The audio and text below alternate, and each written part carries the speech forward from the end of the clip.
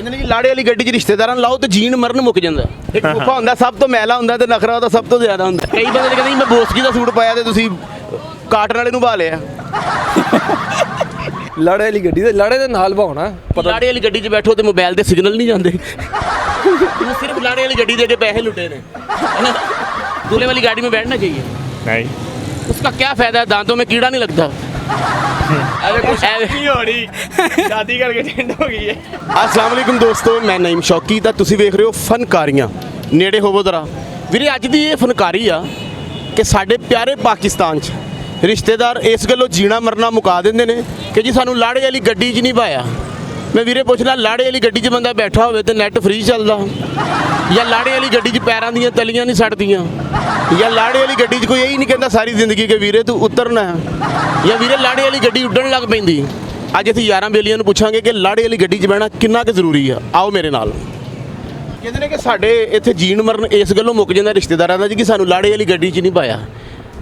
ਬਿਲਕੁਲ ਐਸੇ ਤਰ੍ਹਾਂ ਹੀ ਹੈ, ਅਕਸਰੀਅਤ ਜਿਸ ਤਰ੍ਹਾਂ ਹੁੰਦਾ ਹੈ, ਕਦੀ ਪੁੱਫੀ ਨਾਰਾਜ਼, ਕਦੀ ਕੋਈ ਨਾਰਾਜ਼, ਕਦੀ ਕੋਈ ਨਾਰਾਜ਼, ਐਸੇ ਤਰ੍ਹਾਂ ਹੀ ਰੂਟੀਨ ਚੱਲ ਰਹੀ ਹੈ। ਲਾੜੇ ਵਾਲੀ ਗੱਡੀ 'ਚ ਬਹਿਣਾ ਕਿਉਂ ਜ਼ਰੂਰੀ ਹੈ ਕਿ ਉਹਦੇ ਨਾਲ ਚੈਸਟ ਇਨਫੈਕਸ਼ਨ ਨਹੀਂ ਹੁੰਦਾ? ਪਤਾ ਨਹੀਂ, ਇਹ ਤੇ ਉਹੀ ਦੱਸ ਸਕਦੇ ਨੇ ਜਿਹੜੇ ਜ਼ਿੱਦ ਕਰਦੇ ਨੇ, ਸਾਨੂੰ ਤੇ ਇਹ ਗੱਲ ਦਾ ਇਲਮ ਨਹੀਂ। ਕਹਿੰਦੇ ਨੇ ਜੀ ਲਾੜੇ ਵਾਲੀ ਗੱਡੀ 'ਚ ਰਿਸ਼ਤੇਦਾਰਾਂ ਨੂੰ ਲਾਓ ਤੇ ਜੀਣ ਮਰਨ ਮੁੱਕ ਜਾਂਦਾ। ਹਾਂਜੀ, ਇਸ ਤਰ੍ਹਾਂ ਹੀ ਅਕਸਰ ਸੁਣੀਦਾ ਹੈ, ਵੇਖੀਦਾ ਹੈ, ਇਸ ਤਰ੍ਹਾਂ ਹੀ ਰੂਟੀਨ ਚੱਲਦੀ ਹੈ ਲੋਕਾਂ ਦੀ, ਪਰ ਪਤਾ ਨਹੀਂ ਹੁੰਦਾ ਜੀ ਕੀ ਹਿਕਮਤ ਹੈ, ਅੱਲਾ ਹੀ ਬਿਹਤਰ ਜਾਣਦਾ, ਜਾਂ ਜਿਹੜੇ ਜ਼ਿੱਦ ਕਰਦੇ ਨੇ ਉਹੀ ਜਾਣ ਸਕਦੇ ਨੇ। ਜਾਂ ਲਾੜੇ ਵਾਲੀ ਗੱਡੀ ਹੁਣ 100 ਸੀਟਾਂ ਦੀ ਬਣਾਈ ਹੈ ਕਿ ਯਾਰ ਕੋਈ ਨਾਰਾਜ਼ ਨਾ ਜਾਏ। खत्म, bye bye, tata, good bye, गया। ਹਾਂ, ਇਸੇ ਤਰ੍ਹਾਂ ਕਰਨਾ ਪੈਣਾ। 72 ਸੀਟ 'ਚੋਂ ਨਿਭਾਇਆ ਜਾਏ, ਸਾਰੇ ਰਿਸ਼ਤੇਦਾਰ ਨਾਲ ਬਹਿਣ, ਉਸ ਤੋਂ ਬਾਅਦ ਇਨਸ਼ਾਅੱਲਾ ਹੋ ਸਕਦਾ ਕੋਈ ਨਾਰਾਜ਼ ਨਹੀਂ ਹੋਏਗਾ। ਯਾਨੀ ਲਾੜੇ ਵਾਲੀ ਜਿਹੜੀ ਗੱਡੀ ਹੁਣ ਲਾੜੇ ਨੂੰ ਟ੍ਰੇਨ 'ਚ ਬਹਿਣਾ ਚਾਹੀਦਾ। ਹਾਂ, ਟ੍ਰੇਨ 'ਚ ਬਹਿ ਜੇ, ਜਾਂ 72 ਸੀਟ 'ਚ ਬਹਿ ਜੇ, ਜਾਂ ਡੈਵੋ ਵਗੈਰਾ ਕਰਾ ਲਓ। ਜਿੰਨੀ ਮਹਿੰਗਾਈ ਹੈ ਆਰਾਮ ਨਾਲ ਬਹਿ ਜੇ। ਹਾਂ, ਇਹ ਤਾਂ ਸਭ ਤੋਂ ਬਿਹਤਰ ਹੈ। ਜਿੰਨੀ ਮਹਿੰਗਾਈ ਹੋਈ ਹੈ ਬਿਹਤਰ ਹੈ। ਅੱਛਾ ਜੀ, ਅੱਜ ਕੱਲ੍ਹ ਰਿਸ਼ਤੇਦਾਰ ਇਸ ਗੱਲੋਂ ਜੀਣਾ ਮਰਨਾ ਮੁਕਾ ਦਿੰਦੇ ਜੀ ਸਾਨੂੰ ਲਾੜੇ ਵਾਲੀ ਗੱਡੀ 'ਚ ਨਹੀਂ ਪਾਇਆ। ਲਾੜੀ ਵਾਲੀ ਗੱਡੀ 'ਚ ਇਸ ਲਈ ਨਹੀਂ ਪਾਇਆ ਕਿ ਹਰ ਬੰਦੇ ਦੀ ਚਾਹਤ ਹੁੰਦੀ ਹੈ ਲਾੜੀ ਵਾਲੀ ਗੱਡੀ 'ਚ ਬਹਿਣਾ ਹੈ, ਠੀਕ ਹੈ। ਬਸ ਲਾੜੀ ਵਾਲੀ ਗੱਡੀ ਜਿਹੜੀ ਅਗਰ ਬਾਰਿਸ਼ 'ਚ ਜਾਵੇ ਤਾਂ ਛਿੱਟਾਂ ਨਹੀਂ ਪੈਂਦੀਆਂ ਇਸ ਤਰ੍ਹਾਂ ਹੀ ਬਾਕੀ ਬੰਦ ਹੁੰਦੀ ਹੈ। ਬਾਕੀਆਂ 'ਚ ਨਾ ਕਿਸੇ ਦੀ ਚੋਰੀ ਹੁੰਦੀ ਹੈ। ਲੋਕਾਂ ਤੇ ਛਿੱਟਾਂ ਪੈ ਸਕਦੀਆਂ, ਲਾੜੇ ਤੇ ਨਹੀਂ ਪੈਣਗੀਆਂ। ਜਿਹੜੇ ਰਿਸ਼ਤੇਦਾਰ ਬੈਠੇ ਨੇ ਉਹਨਾਂ ਤੇ ਛਿੱਟਾਂ ਨਹੀਂ ਪੈਣੀਆਂ। ਜਿਹੜੀਆਂ ਲਾੜੇ ਤੇ ਮੁੜ ਕੇ 14-15 ਲੱਖ ਦੀਆਂ ਛਿੱਟਾਂ ਪੈਣੀਆਂ। ਉਹ ਤਾਂ ਸਾਰੀ ਜ਼ਿੰਦਗੀ ਲਾਣੇ ਨੇ ਫਿਰ ਪੈਸੇ, ਉਹ ਤੇ ਕਹਿਣਾ ਕੰਮ ਹੈ। ਉਹ ਤਾਂ ਸਾਰੇ ਜ਼ਿੰਦਗੀ ਫਿਰ ਚੁੱਕਣਾ ਪੈਣਾ ਹੈ। ਆ ਵੇਖੋ, ਹਾਂ ਆ ਵੇਖੋ, ਸ਼ਾਦੀ ਹੋਣੀ, ਸ਼ਾਦੀ ਕਰਕੇ ਟੈਂਡ ਹੋ ਗਈ ਹੈ। ਇਹੋ ਜਿਹੇ ਬੰਦੇ ਨੂੰ ਸਾਰੇ ਵੇਖ ਕੇ ਕਹਿੰਦੇ ਨੇ ਅਸੀਂ ਵੇਖ ਲਿਆ, ਹੁਣ ਕਿਸੇ ਡਾਕਟਰ ਨੂੰ ਵਿਖਾਓ।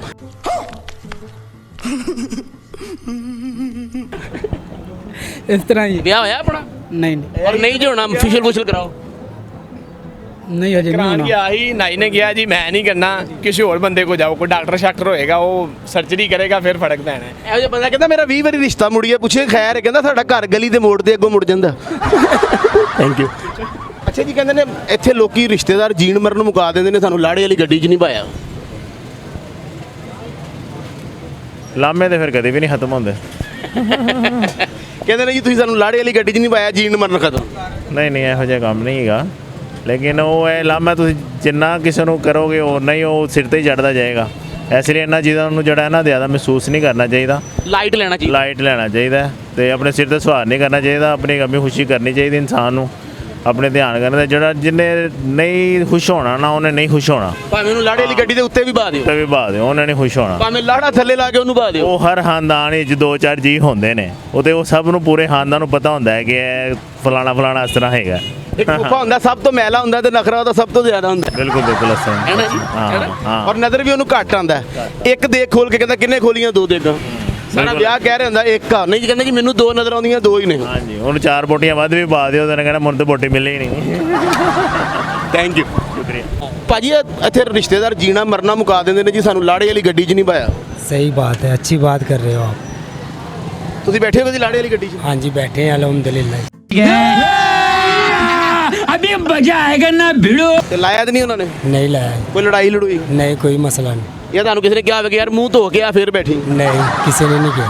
ਜਾਂ ਉਹਨੇ ਕਿਹਾ ਯਾਰ ਤੂੰ ਬੈਠਾ ਤੇ ਲਾੜਾ ਵੀ ਤੇਰਾ ਥੋੜਾ ਜਿਹਾ ਅਪਸੈਟ ਲੱਗ ਰਿਹਾ, ਆ ਜਾ ਪਿੱਛੇ। मुंह केड़ा साजी केड़ा गारना धोता तू। ਜਾਂ ਉਹਨੇ ਕਿਹਾ ਯਾਰ ਤੂੰ ਲਾੜੇ ਨਾਲ ਬੈਠਾ ਤੇ ਇਹਦਾ ਵੀ ਨਹੀਂ ਹੋਣਾ। नहीं साजी हो सकता वा। ਤੁਹਾਡਾ ਹਾਸਾ ਦੱਸ ਰਿਹਾ ਕਿ ਤੁਹਾਡਾ ਕਾਫੀ ਦੇਰ ਤੋਂ ਰੁਕਿਆ। नहीं साजी ਹੋਇਆ केड़ा हासा गायब हो गया। ਕਹਿੰਦੇ ਜੀ ਇੱਥੇ ਰਿਸ਼ਤੇਦਾਰ ਇਸ ਗੱਲੋਂ ਜੀਣਾ ਮਰਨਾ ਮੁਕਾ ਦਿੰਦੇ ਨੇ ਕਿ ਸਾਨੂੰ ਲਾੜੇ ਵਾਲੀ ਗੱਡੀ 'ਚ ਨਹੀਂ ਪਾਇਆ।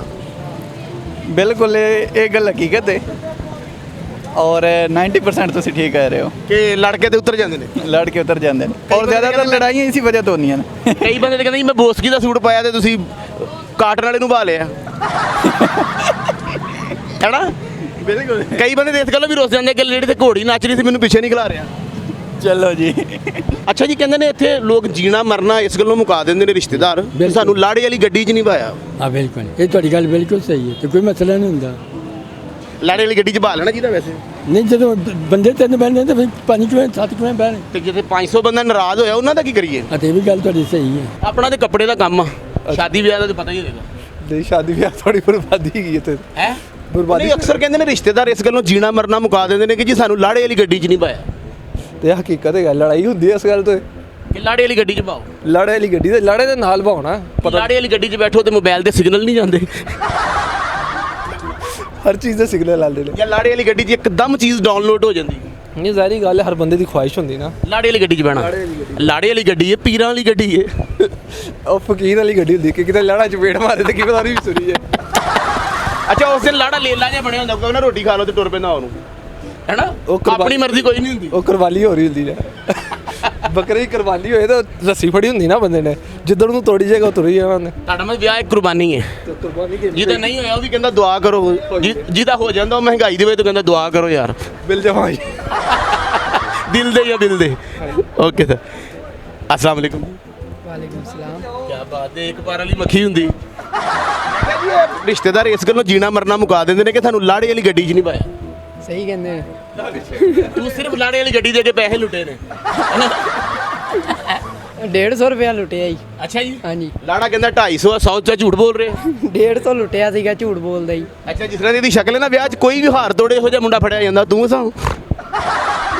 अस्सलाम वालेकुम सर। ਕੀ ਹਾਲ ਹੈ ਭਾਜੀ? ਸ਼ੁਕਰ ਅਲਹਮਦੁਲਿਲਾ। ਕੱਪੜੇ ਦਾ ਕੰਮ ਆ ਆਪਣਾ ਜੀ ਸਰ। ਅੱਛਾ ਭਾਜੀ, ਅੱਜ ਕੱਲ ਸੁਣਿਆ ਕਿ ਤੇ ਰਿਸ਼ਤੇਦਾਰ ਇਸ ਗੱਲੋਂ ਜੀਣਾ ਮਰਨਾ ਮੁਕਾ ਦਿੰਦੇ ਨੇ ਕਿ ਸਾਨੂੰ ਲਾੜੇ ਵਾਲੀ ਗੱਡੀ 'ਚ ਨਹੀਂ ਪਾਇਆ। ਹਾਂਜੀ ਭਾਈ, ਲੜਾਈਆਂ ਹੋ ਜਾਂਦੀਆਂ, ਕਤਰੋ ਗਾਰਤ ਹੋ ਜਾਂਦੀ ਹੈ ਲਾੜੇ ਵਾਲੀ ਗੱਡੀ ਤੋਂ। ਮਤਲਬ ਲਾੜੇ ਵਾਲੀ ਗੱਡੀ 'ਚ ਬੈਠੋ ਤੇ ਪਹਿਲੀ ਕਮੇਟੀ ਨਿਕਲ ਆਉਂਦੀ ਹੈ। ਹਾਂਜੀ, ਉਹ ਏਸੀ ਫਰੰਟ ਤੇ ਲੱਗਾ ਹੁੰਦਾ ਨਾ ਤੇ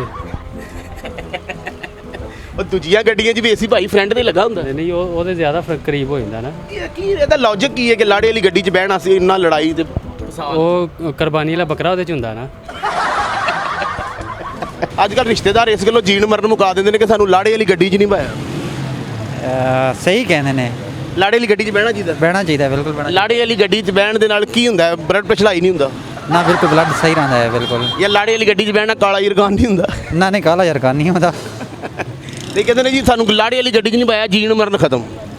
ਨਹੀਂ, ਕੁਝ ਲੋਕ ਕਹਿੰਦੇ ਨੇ, ਲੇਕਿਨ ਬਾਅਦ ਔਕਾਤ ਮੇਰੇ ਵਰਗੇ ਵੀ ਹੁੰਦੇ ਨੇ ਜਿਹੜੇ ਕਹਿੰਦੇ ਕੋਈ ਗੱਲ ਨਹੀਂ, ਆਹੋ। ਪਿੱਛੇ ਸਾਈਕਲ ਤੇ ਬਹਿ ਕੇ ਵੀ ਆ ਜਾਂਦੇ ਨੇ। ਆ ਜਾਂਦੇ ਨੇ ਜਾਂ ਬਿਲकुल। ਲਾੜੇ ਨੂੰ ਕਹਿੰਦੇ ਮੈਨੂੰ ਮਿਸ ਕਾਲ ਨਹੀਂ ਮੈਂ ਪਹੁੰਚ जाऊंगा। मट्टी वाले रक्षे पे भी आ जाते हैं। रिश्तेदार जो होते हैं हमारे कजन, वो इसलिए झगड़ा करते हैं कि हमारे दूल्हे वाली गाड़ी में हमें नहीं बिठाया इन लोगों ने। हाँ जी, बिल्कुल ठीक, इस तरह ही है। दूल्हे वाली गाड़ी में बैठना चाहिए। नहीं, उसका क्या फायदा है, दांतों में कीड़ा नहीं लगता। पता नहीं। नहीं कहते अगर दूल्हे वाली गाड़ी में हमें नहीं बिठाया तो हम आपसे बोलते ही नहीं, हम मिलते ही नहीं। ये तो हर बंदे का अपना एक सोच होता है ना, सारा दुनिया तो एक सोच नहीं रखती है, मुख्तलिफ लोग, हर घर में इस तरह के लोग मौजूद होते अगर हैं। आपको दूल्हे वाली गाड़ी में ना बिठाए तो आप माइंड तो नहीं करते? नहीं, क्यों करेगा मैं? पक्का पैदल भी आ सकते हैं आप। पैदल तो मैं अपने लिए भी खुद बंदोबस्त कर लूँगा ना। रिश्तेदार जीण मरण मुका देंगे कि सानू लाड़े वाली गड्डी 'ਚ नहीं पाया। की कहते हो ਉਹਦੇ बारे? बस ये अपनी अपनी सोच है, ज़रूरी नहीं कि हर कोई बैठे। वालिदैन होते हैं, कोई बहन भाई होते हैं, चंद लोग होते हैं जिनको मतलब कि बैठना भी चाहिए।